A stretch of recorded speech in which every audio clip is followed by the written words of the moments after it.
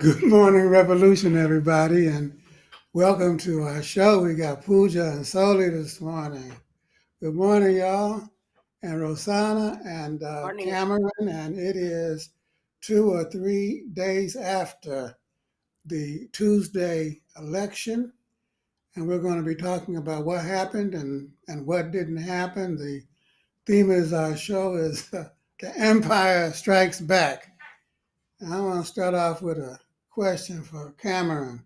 Cameron, is Trump uh, Darth Vader, in your opinion? Is Cameron? Um, to be honest, I'm not a huge Star Wars nut, so I don't know the intricacies of whether or not he's Darth Vader, but maybe Okay. maybe the Monopoly ruling class can be the Sith Lords or whatever they are. Okay, we'll come back to it. Well, everybody, let's keep it on you. Now let's go to Rosanna. Rosanna, how are you feeling about the election? And how are the comrades in LA and family and the circles you're running in reacting to? And this is a question for everybody. What happened on Tuesday? Well, I think it's natural. We're all feeling some, anxiety, fear. We're all feeling, the uncertainty of what's going to happen. But there's also the air of we're not going back. We're not going to just sit idly by and not do anything. That there is going to be a fight back. We're determined to regroup and fight back. I was in a number of organizations yesterday that were talking about the next steps, or they were talking about how recognizing how we were all feeling, but at the same time, also talking about some of our options. What are, how do we fight back? And I think really one of the key things which you, Joe, have mentioned is that Project 2025 is not inevitable. And that is so key because it tells us that there is a fight back, and when we look at through history and we see that in other struggles that there is always a fight back. It does going to take sacrifice. It's going to mean that maybe there's less time for the things that you enjoyed, but more time for the things that need to be done. um, and also last night we had a poster making party because here in Los Angeles there's going to be a march on Saturday for the immigrant rights community to make sure that Los Angeles is a sanctuary city as a beginning step towards defending our siblings, immigrant population. So it's a mixed bag, definitely. We don't know what Trump is going to be doing in the in the first days. He says, he always says one thing and does something else. So we're not absolutely sure what his next steps are, but we're ready as long as we continue to group together and build together and not let these kinds of things get too, the depression and the anxiety and all that too deep into our soul. While you're talking, the Southeast LA Club has joined us. So let's give a little shout out to Southeast. Hello. And that poster making party is really, really important, because we have to defend our immigrant siblings. And because Trump did say, and I believe him actually, that he's going to, come after day one, straight out the block, come after migrants, round them up, ship them back to their home countries. Pooja, how y'all feeling out there in Colorado? People you know, people in your union, your family, angry, frustrated, determined, sad, all of the above, some of the above? Well, it's interesting you say, Comrade, because out here in Colorado, we actually made really great gains. We enshrined abortion in the state constitution. We repealed the ban on same-sex marriages. The city of Denver workers won collective bargaining rights. So out here, the Colorado Education Association was able to beat, and other comrades were able to beat back Proposition 80, which was taking away money from public schools and putting them into private schools. So actually, Colorado is one of the states where our agenda was sort of followed, and the voters have showed that they are interested in the mandate of the people, right?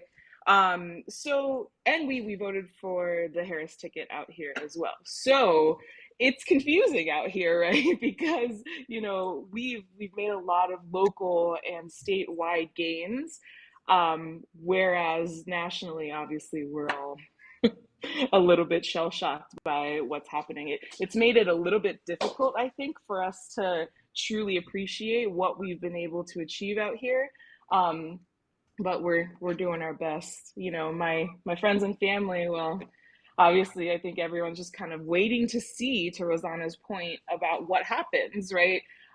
These promises of mass deportation of immigrants, is that actually going to happen? Like, what's that going to look like? Is he going to want to actually tank the economy to the way that would tank the economy? What I hate right now is this lull period of waiting to see what happens, because I feel like our imaginations and our memories of the last term are making everything, so much more vibrant, I think, for all of us. Absolutely, absolutely. And there's that anticipation of what is to come and not knowing, and that can be, traumatizing. But I'm glad to hear, and it's important to have a balanced sense of what happened in the country, because there's just not one story. There are many stories, and so congratulations to the people of Colorado and the working class and the trade unions. Great job. But in Michigan, in a certain sense, Cameron, you all were in the center of the storm, was in the center of many storms. Yeah. How are you feeling? How is the party in Detroit and Lansing and other cities feeling, and the folks you know? Happy, sad, encouraged, discouraged, determined, what? I would say angry, shell shocked might be a good word to use, but overall determined to fight. Our YCL at Michigan State organized a student walkout, which is really encouraging. There's a lot of protests going on opposing the victory of Trump.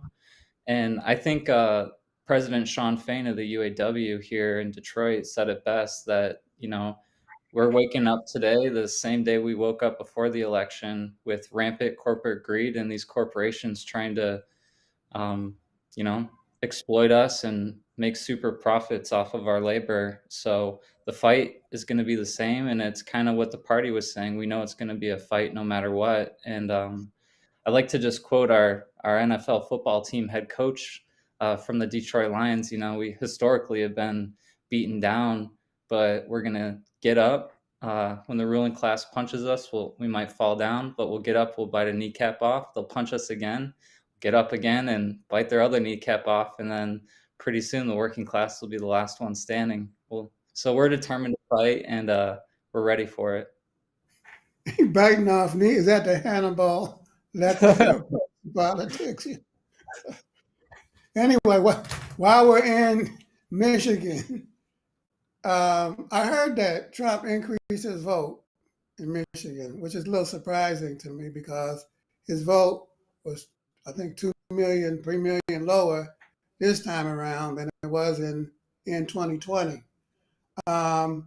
So what happened from your point of view and the party's point of view in Michigan?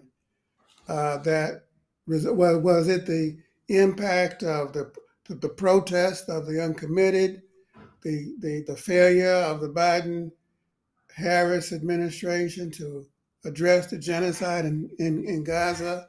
Was it Trump's messaging, an attack on trans people that motivated people? Was it all? Was it the economy? Was it all of the above? Some of the above, in your opinion? I think it was all of the above, Joe. I Mm. mean, just doing door to door and getting out the vote here with labor, people were disillusioned. They were tired of the status quo. People didn't feel like either candidate really spoke to their pressing needs. You know, the seemed to me, at least in Detroit, the election was going to be won at the gas station and the grocery store, and prices and corporate greed. And don't think that the Democratic Party ran a well enough message kind of going after that. And then when you have places like Dearborn, Michigan, large Arab American, large population of people from Lebanon switching and voting Trump this time around. You know, it was like 80% for Biden in 2020, and then Harris lost by 7 points to Trump in this election. While at the same time in Dearborn, Rashida Tlaib, a strong uh, backer of the trade union movement. She's at every strike, rally, protest of almost every union here in Detroit. She got 77% of the vote and won by 30 points. And she was really strong against pushing for the ceasefire, the arms embargo. And she really understood the needs of her constituents. And I think that's why she won again in overwhelming numbers, while Dearborn was able to pick up Trump. And I think that also, in Michigan, the Democratic Party decided it would be a good idea to bring out the Clintons and put around Liz Cheney here, when American voters, by and large, but especially in Michigan, are tired of war and tired of status quo politics. So instead of stumping with Bernie Sanders or Sean Fain, they chose to go with the Clintons and the Cheneys, and I think that was a huge mistake. Rosanna, what do you think about what Cameron just said, and the messaging of the Democratic ticket this time around? I mean, taking into account, they only had a very abbreviated time to put their message together, Harris and Walz, after Mr. Biden dropped out. But do you think that their uh, message resonated, or did it address adequately the concerns of working people? I mean, I know that the abortion issue is a big concern of women, working class women. So in that sense, clearly it did. But did the other issues that are facing our class come to the fore as strongly as it might have? Or is that just an excuse for people who want to say that, uh, the they were really motivated by racial issues and sexist issues, and they don't want to admit that. And so they say, well, if they had focused on the pocketbook, gas, and the price of eggs, it might have had a bigger impact. What do you think? Well, I think it clearly didn't resonate with what people, the answers that people were looking for, um, which is, how am I going to feed my family? What's the future going to look like for me? And I think there was, at the beginning, there was a lot of enthusiasm for the Harris Walz campaign, and there was hope. But as it continued, it was clearly that they were not really interested in reaching to the working class. They were trying to reach the right wing, the some of the Trump supporters, trying to pull them out of there. And I think it was a wrong strategy. I think if they stuck to the meeting the needs of the people, giving answers to how are you going to solve it, exactly the price of eggs? $7 for a dozen eggs is not anything that anybody likes to pay, well, especially when we're used to paying $2 or $3 or even less than that on eggs. And it affects the pocketbook. It affects people, and those type of issues were not really addressed. And I know that the Trump administration also, I mean, the Trump candidacy didn't address those either directly, but he kind of played on other people's fears, and either just they just decided not to vote at all, or they decided to vote for him because they were tired, like Cameron said, of the same old political rhetoric that just sounded too familiar and not enough substance. Not enough substance. And it surprised me, Pooja, because they started off the campaign at the UAW headquarters, you know, uh, and I thought that they were going to give a strong, working class, pro build back better kind of a message. And it began that way, but then there was a shift.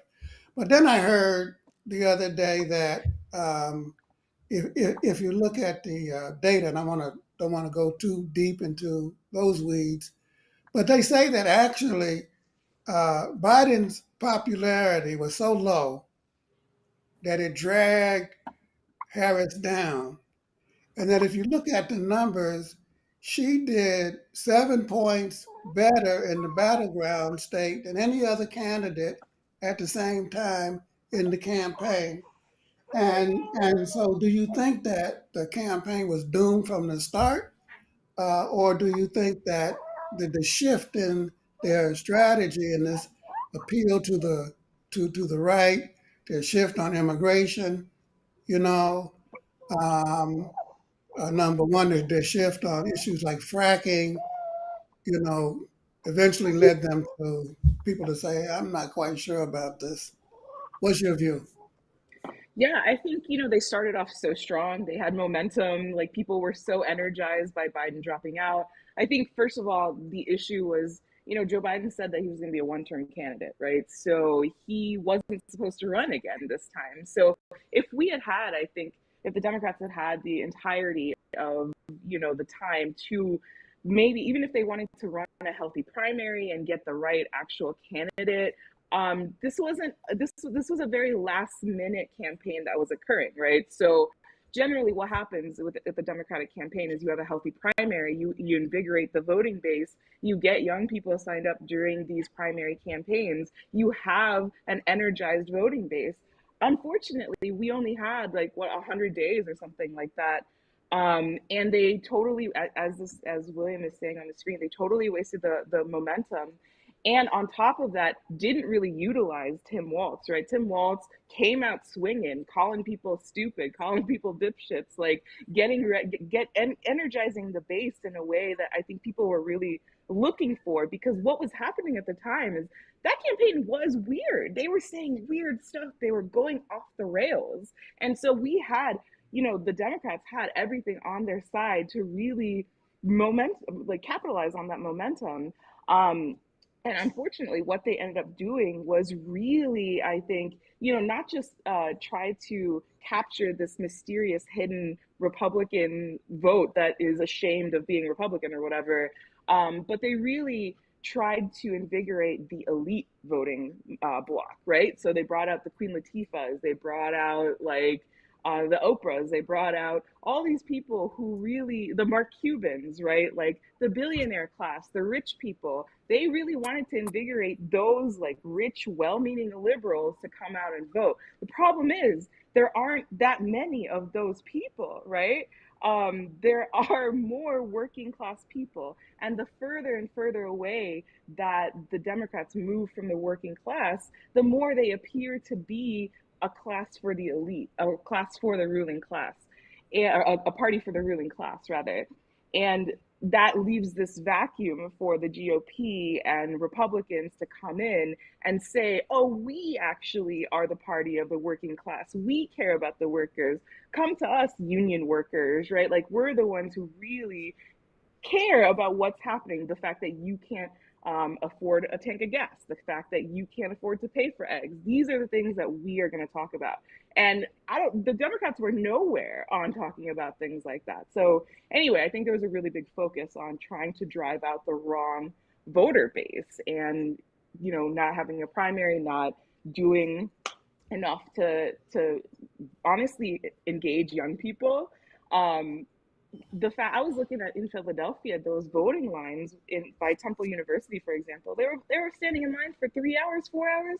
That's crazy. That's not the kind of thing that should be happening in a country that uh, has a democratic process, right? Like that's the way you turn down voter participation. So anyway, there's 8 million reasons for as to why this happened. But it's mostly rooted in the fact that the Democratic Party has no structure, has no ability to lead, has no, I think, guiding lens, right? You even have the pundits going out there these days and being like, I just saw an article by David Brooks saying, oh, this makes me uncomfortable as a centrist Democrat, but maybe it's time for the Bernie Sanders of the world to be able to have some sort of disruption in the Democratic Party. And it's like, yeah, we've been saying, like, the working class people have been telling you that for like a decade now at this point, at least, right? If not longer, at least in the Trump era. So, um, are you all ever going to listen, or is this just how we're going to move things forward? Is the question for me. Well, they didn't listen, and Trump and them were running against the system. They were running against the establishment, and and the people who were aligned with the Harris Walz campaign, who were on the left, who could have provided that message if Harris and Walz were willing to, they kept them at a distance. Right. Bernie, AOC, Ilhan, Rashida Tlaib, Yep. and so on and so forth, and that I think was a problem. Well, But and I then think they did that Cameron, because the Palestinian issue, right? Too. Also, like, they do not want to be held accountable for what is happening in Gaza. So the more they keep the Bernies and the AOCs out of that conversation, the less they have to be held accountable for that sort of thing. true, very, very true.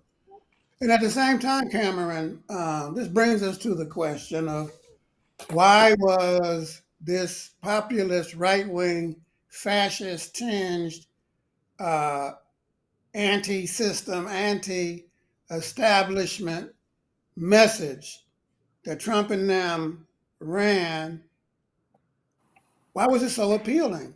Or was it appealing? Did it reflect the possibility and this is one of the big takeaways that the bourgeois press is making. Did it mean that the country has moved to the right and that the working class has moved to the right? Because that's what they're saying.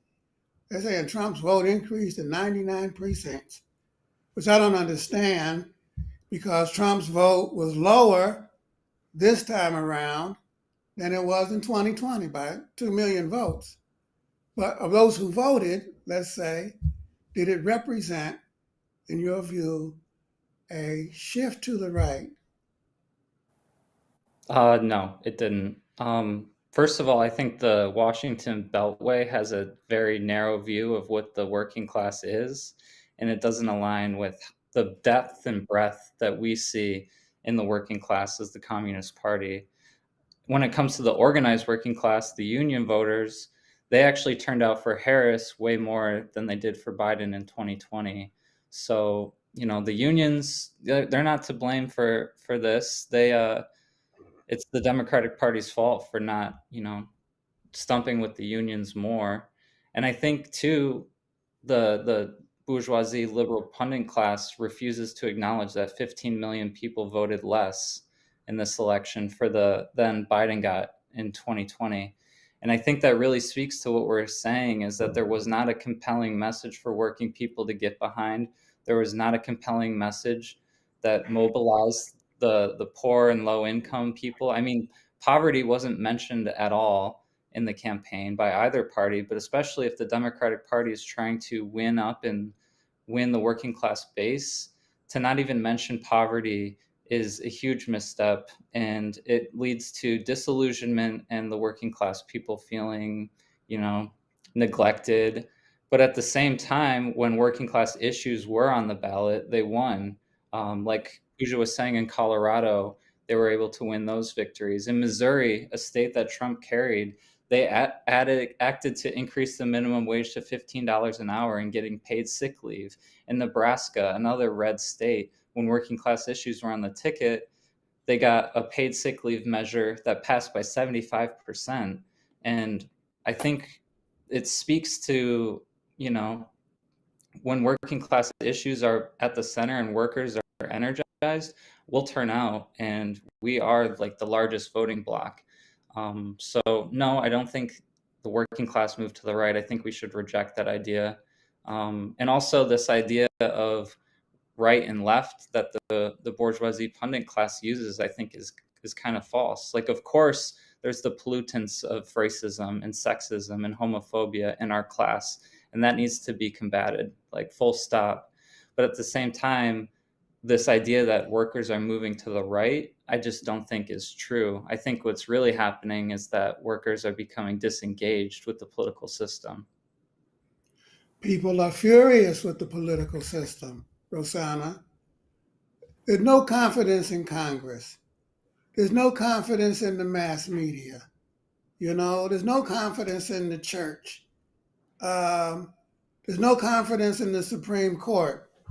And how can you blame them with Clarence Thomas and Alito and the rest of them jokers, But when we talk about something moving to the right, we got to talk about that in Marxist terms, don't we?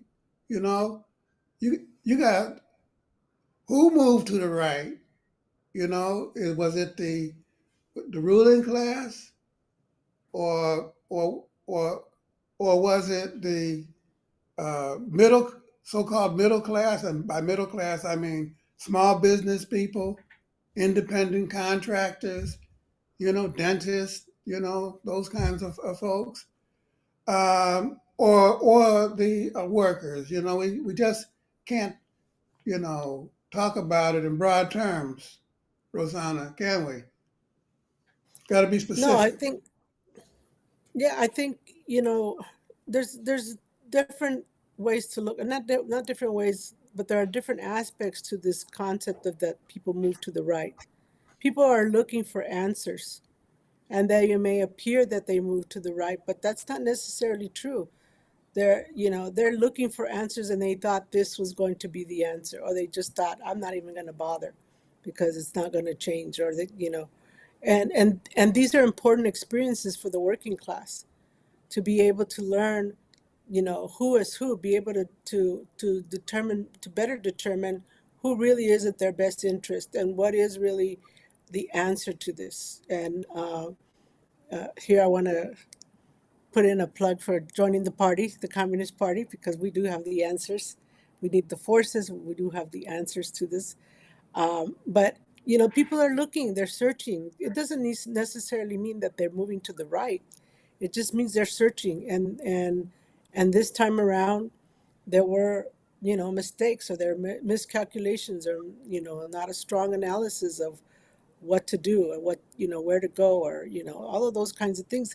And these mainstream media is easy to try to convince you that these trends are what they are, and it's so important for all of us, and really, as communists, to always look deeper into what we're hearing in the mainstream media, deeper into what we're reading, or what we're seeing, what videos we're seeing. We got to look deeper into it, and ask the right questions.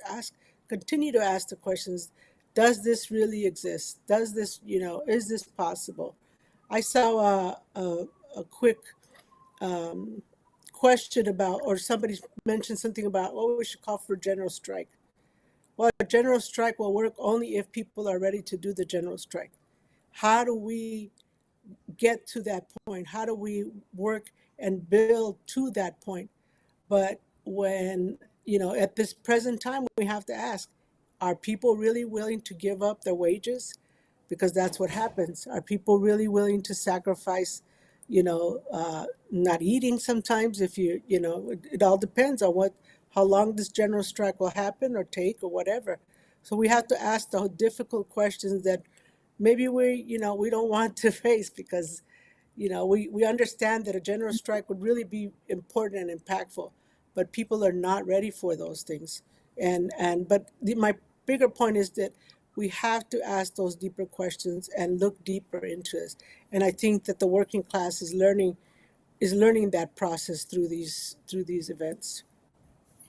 Pooja, Rosanna brings up the issue of a general strike, which raises the issue of the trade union movement and the role that it played.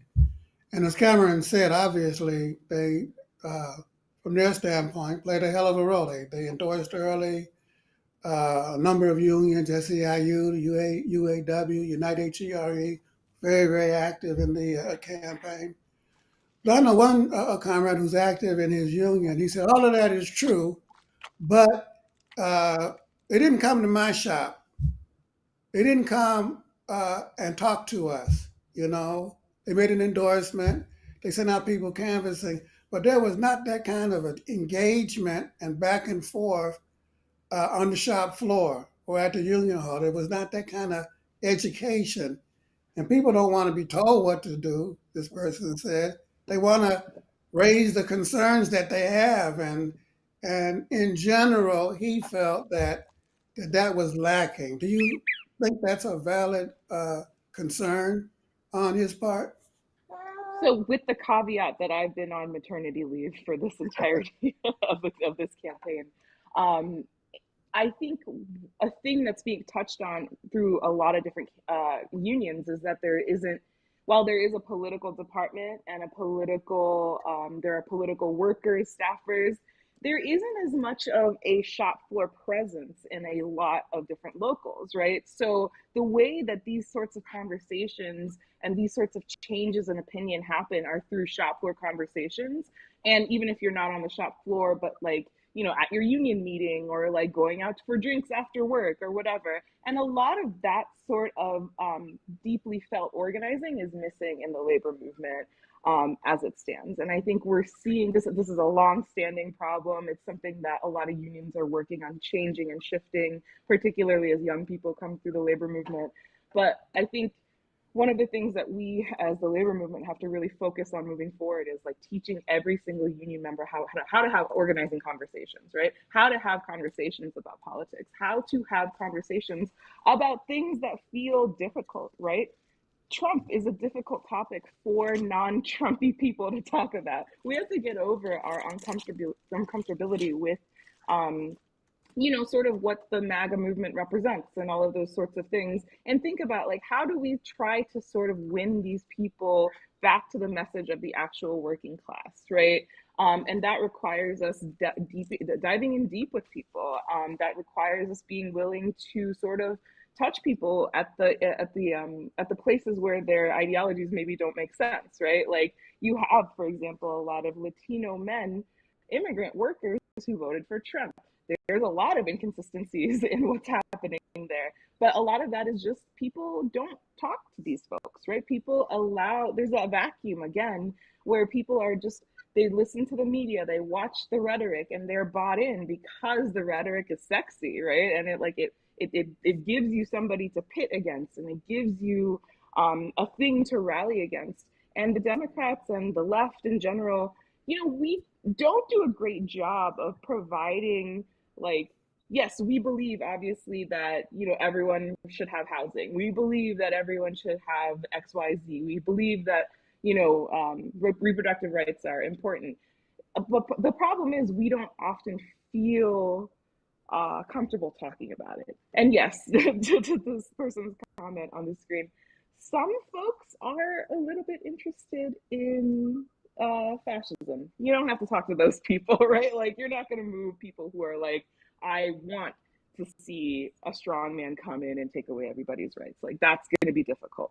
But not everybody is of that mindset. And I think it's important that we don't label everybody with that mindset, because if we do, we've already given up the fight.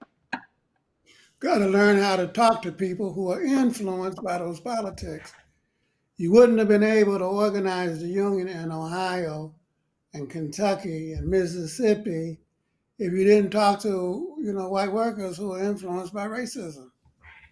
You had to do it, and you had to talk to us, working class, on the basis of self-interest, because as long as they were bringing in black and Latino scabs, because you don't want to talk to or work next to that person, well, your job went out the window. And that was the basis of having a conversation in a basic industry. Cameron, Pooja talked about a vacuum being created, and somebody's got to uh, fill the vacuum. And the big issue is, what do we do now? Election's over, and the dust is settling, die is cast, and Project 2025 is on the agenda. Is passing it inevitable, in your opinion? I mean, the Republicans, they got the White House, they got the court, they got the Senate. The House of Representatives ain't clear yet. But if they get, what do you think? Inevitable? We're going to have to fight a rearguard action? Or can we defeat it even before it gets started? Definitely not inevitable. I've been reading Georgi Dimitrov and Togliatti, and they hammer home over and over that fascism is not inevitable. It depends on the fighting spirit and the political will of the working class. And I think, that rings true too, coming out of our convention this summer is, we're not going to have fascism day one after Trump's presidency. The fight back and the struggles to over the implementation of Trump's policies are what's going to determine things to come. So this vacuum, in order to ensure that it is not going to be enacted, we have to, if you're in a union, get more involved in your union, become a shop steward, organize at the workplace, make your union stronger. If you're not in a union but you want to be in a union, start organizing your workers at your shop floor. Organize some collective. Even if you don't have a collective bargaining agreement, you'll at least have like this, you'll still have a union in the truest sense of the word. And if you're in the communities or you want to fight back, join the Communist Party, get involved in your community. And I think, as a working class, we can fight back. We will fight back because the class struggle is inevitable. That's the only thing that is inevitable. Project 2025 is not inevitable, but the class struggle will be. So we just got to be ready for it. The class struggle is inevitable, Rosanna, not Project 2025. And we have to fill the vacuum, got to get organized. And part of filling the vacuum means defending our migrant siblings. And right now, we got to make plans because we know what's coming. What can we do practically to begin to make preparations for doing that? I know there's that demonstration in LA tomorrow. That's part of it, isn't it? Definitely, that's part of it. And I really want to repeat what Cameron just said, that, it's our fighting spirit that's going to win. It's our fighting spirit. So, yes, we may feel anxious and all of these kinds of things, but really firmly believe that it takes the fighting spirit of people to continue. And we have to stand up for those who don't have uh, a voice, such as our immigrant siblings, such as Soli there. We have to fight for them as well, for her and all of her generation. Um, so I think, there are demonstrations, there are other forms of organizing. We have to reach out and speak outside of our ordinary circles. Speak out, and talk to others. Reach out to outside of our choir everywhere. We have to bring in those folks that uh, are disillusioned, and that begins in our at work. It begins with our families. It begins with other types of organized forms that we may belong to, such as soccer teams and book clubs and sewing circles and other kinds of things. We have to be able to reach out to all of those types of groups that we engage in, not in a forceful way, definitely, but take the opportunity when the conversation starts to plant a seed, of struggle, to plant a seed of that. And then there are other forms. There's petitions, there's phone calls, there's, but most of all, I think very important is we have to make sure that we're taking care of our health and our mental health to be able to continue that fighting spirit, because it's not always easy to stay up, but but remind yourself that we can do it. We really can. Other people in other countries have done it, and so we could do it as well. And we have to do it, because it's not just about the people in our country, it's about the entire world. What happens in the United States affects the entire world. So we have an added responsibility to that. So that's it. I get off my soapbox. No, you're absolutely right. And people have to know what they're. I was talking to a friend of mine in another country in Brazil. They sent me a message this morning, and she was saying that you know uh, people have to know what part of society that they're in and what their interests are, and start voting for their interests, their class interests, their democratic interests.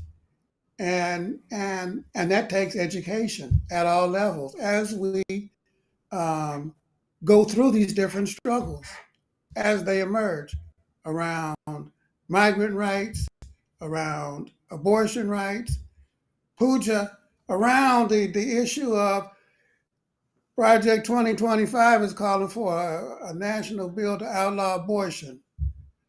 Do you think that they'll be stupid enough to put that on the books in Congress, or a national right to work law? Do you think that? I mean, and if they Yes. do, how do you think people are going to respond? Yeah. I think we should assume that, especially if they win the House, which it looks like they could, I think we should expect them to fully push forward with their mandate. This is not like, people have to understand that Project 2025 is not like this brand new thing that the right just came up with. This has been in the works for decades, right? So they've come to the ultimate transition of taking away from working class people democracy and power. Like, this is what they want. So I think we have to be very clear-eyed about what this means for us. That means we are on, we're fighting moving forward, because they are going to move forward and try to push through every single thing that they can push forward. And I don't mean to be doom and gloom when I say this. I think we just have to be very aware of what moment in history we are in. And I think the right is not, they're not confused about what they're trying to go for. They're not scared. And that is one of the ways that I think the Democrats have really let down the working class people of this country. They're afraid. They've always been afraid of their message, of being right, of fighting, of taking an unpopular stance, of pushing away mystical Republican Democrat voters, whatever it is. The Dems lead with fear and hesitation. The right leads with fear and agitation, So they're ready, and they're down, and they're gonna try to take away abortion. They're gonna absolutely. I mean, I would be shocked if the NLRB wasn't, one of the first things up on the chopping block. Honestly, we already have Elon Musk and Trader Joe's and Amazon, Jeff Bezos, all of these people trying to get rid of the NLRB. So yeah, it's not. Yes, I think national right to work. I think gutting all of our institutions, gutting public education. I think you just have to look at the ballot measures that they've been trying to pass in different states to see exactly how serious they are about their agenda. And we have to be very clear-eyed about what it means to fight back that agenda, right? Whether to the point of this is very pie in the sky, right? But to me, I've been thinking about how do you engage the elite level union members, right? Like SAG-AFTRA, the Directors Guild people. These are folks who like having unions. These are folks who are lefty liberal minded in a lot of cases, and they have money, right? how can we maybe organize these people to build up a general strike fund, right? Like that could be an interesting thing for the labor movement to tackle moving forward. We have to start thinking about creative ways of supporting working class people in the resistance. So I think that's one thing that's going to be very important for us moving forward and taking the threat seriously. And now is the time for the resistance, because I think you're right. Come January 1st, there's going to be a blitzkrieg, you know.